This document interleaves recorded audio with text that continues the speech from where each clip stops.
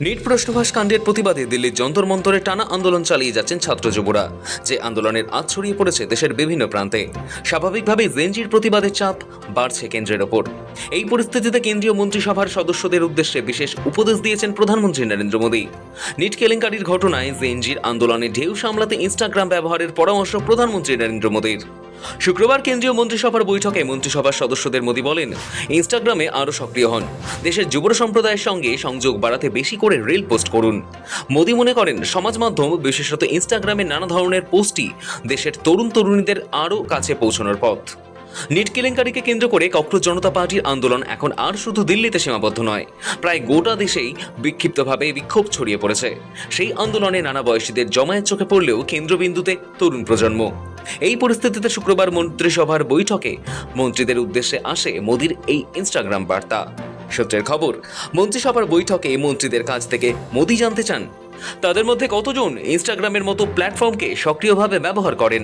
তারপরেই প্রধানমন্ত্রী জোর দেন, দেশের তরুণ প্রজন্মের একটা বড় অংশই ইনস্টাগ্রামের মতো প্ল্যাটফর্মে সময় কাটায়। সরকারের উচিত সেই প্ল্যাটফর্মকে কাজে লাগিয়ে তরুণ প্রজন্মের সঙ্গে সংযোগ বাড়ানো। প্রধানমন্ত্রী তার মন্ত্রিসভার সদস্যদের পরামর্শ দিয়েছেন, শুধু সরকারের উদ্যোগ বা প্রকল্প নিয়ে তথ্য পোস্ট করলেই হবে না, তরুণ প্রজন্মের সঙ্গে কিভাবে যোগাযোগ বাড়ানো যায় সেই দিকে মনোনিবেশ করতে হবে। আর তার সহজ এবং আকর্ষণীয় পন্থা ইনস্টাগ্রাম ব্যবহার করা। সেই প্ল্যাটফর্মে বেশি করে রিল পোস্ট করতে বলেছেন প্রধানমন্ত্রী। কী ধরনের বিষয়বস্তু পোস্ট করলে তরুণ প্রজন্মকে আকর্ষণ করা যাবে তা নিয়ে ভাবনা চিন্তা করা উচিত বলে মনে করেন তিনি। প্রশ্নভাসে তার সরকার যে কড়া অবস্থান নিতে চলেছে তা বৃহস্পতিবার মধ্যরাতেই স্পষ্ট করে দিয়েছেন মোদী। फ्रेंड्स, मैं जानता हूं कि पेपर लीक ये कोई मामूली विषय नहीं है। लाखों विद्यार्थी और उनके अभिभावकों के लिए बहुत ही पीड़ादायक है। पेपर लीक घटना से अब तक पिछले 2.5 महीनों में अनेक विध कदम उठाए गए,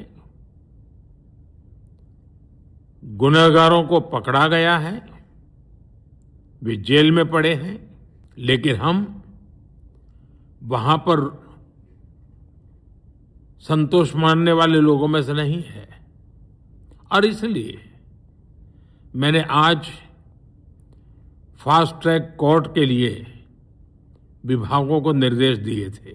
सोमवार से संसद का दूसरा सप्ताह शुरू हो रहा है, तब जल्द से जल्द उस बिल को सदन में पारित कराने का प्रयास किया जाएगा। ঠিক তারপর শুক্রবার রাতে 11টা নাগাদ 40 সেকেন্ডের ভিডিও প্রকাশ করে ধন্যবাদ জানিয়ে মোদী বলেন, যে ভিডিও পোস্ট করেছিলেন তাতে যেভাবে সারা পরামর্শ দিয়েছেন তার জন্য সকলকে ধন্যবাদ। Thank you friends. कल देर रात आपसे मिलने का मौका मिल गया।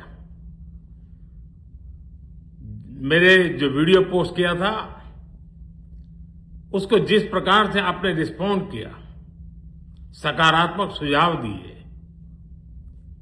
Thanks to everybody. ये आपका प्यार बना रहेगा, हमारा नाता और अधिक सक्रियता से जुड़ता रहेगा।